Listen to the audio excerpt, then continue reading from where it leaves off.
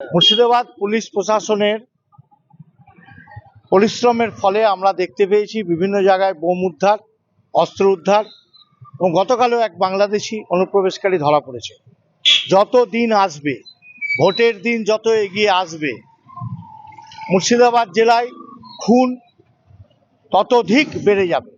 কারণ এই যে তৃণমূলের যে ধান্দাবাজি, যে চুরি, দুর্নীতি, এটা কে কখন কিভাবে লুট করবে সেই প্রতিযোগিতা চলছে। সেই প্রতিযোগিতার মধ্যে যারা দুর্বল এবং যারা সবল, সবল আর দুর্বলে দুটোই তৃণমূলের ঝান্ডা নিয়ে লড়াই, এবং সেই লড়াইয়ের ফলে মৃত্যু অনিবার্য এবং আগামী দিনে আরও মৃত্যু ঘটবে। পুলিশ প্রশাসনকে আমি বলি, সঠিকভাবে সমস্ত এলাকা পর্যবেক্ষণ করে যত দাগি দুষ্কৃতী আছে তাদেরকে এই মুহূর্তেই তুলে নেওয়া হোক।